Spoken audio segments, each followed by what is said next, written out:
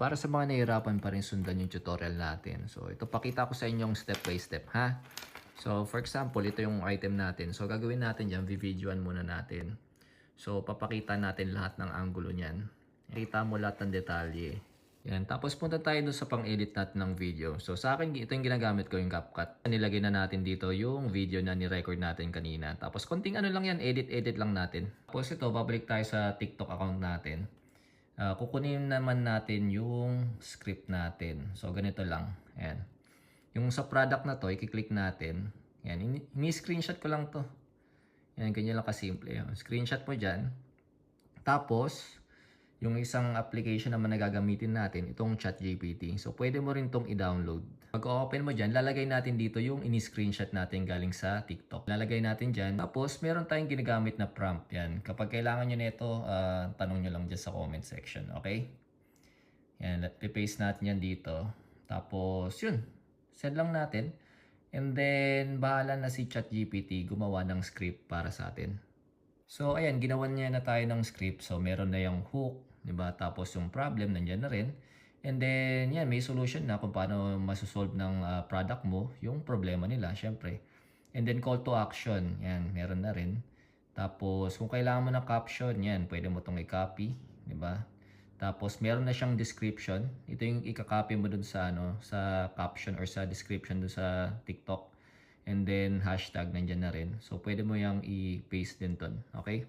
So, next step natin, mag-voice over na tayo. So, yung script natin, screenshot lang natin yan. Tapos, ipipaste natin dun sa pang-edit natin or dito sa CapCut. Yan. Bali, kiklik mo lang yung overlay. Tapos yan, ma-add na yung script natin dyan. So, atakin lang natin yan para at least mababasa natin yan hanggang dulo. Yan. Tapos, yun, pwede na tayong mag-voice over. So, may gamit tayong mic dito. Yan. So, ilang beses ka na ba nawalan ng pera kasi nagkalat yung wallet mo? Bro, ilang beses ka na ba nawalan ng pera kasi nagkalat yung wallet mo? So, ayun, tapos na tayo mag-edit at mag-voice over. So, kung gusto nyo alisin to, yan, click mo lang yan. Tapos, delete mo lang. Yun, di ba? Malinis na. Yan, pwede natin tong i-export. Click mo lang to. Pag na-save na natin yung video natin, punta na tayo dun sa TikTok account natin. Yan. So, pwede na nating i-upload yung ating ginawang video. Tapos, kung gusto mo naman siyang lagyan ng caption, click mo lang to. Ayan, scroll down mo. Tapos to, captions, click mo yan. And then, automatic na yan na mag-generate ng caption. So, hindi mo na kailangan i-type yung mga sinasabi mo, di ba? Ayan, ang bilis, di ba? Tapos, liitan lang natin dyan. Yung saktong laki lang. Yung nababasa, di ba? Nawalan ng pera kasi nagkalat yung wallet. Ang description, makukuha rin natin yan kay ChatGPT. So, copy mo lang to. Ayan, no? Diba? Wala ka nang iniisip dyan, eh. O, paste mo dito.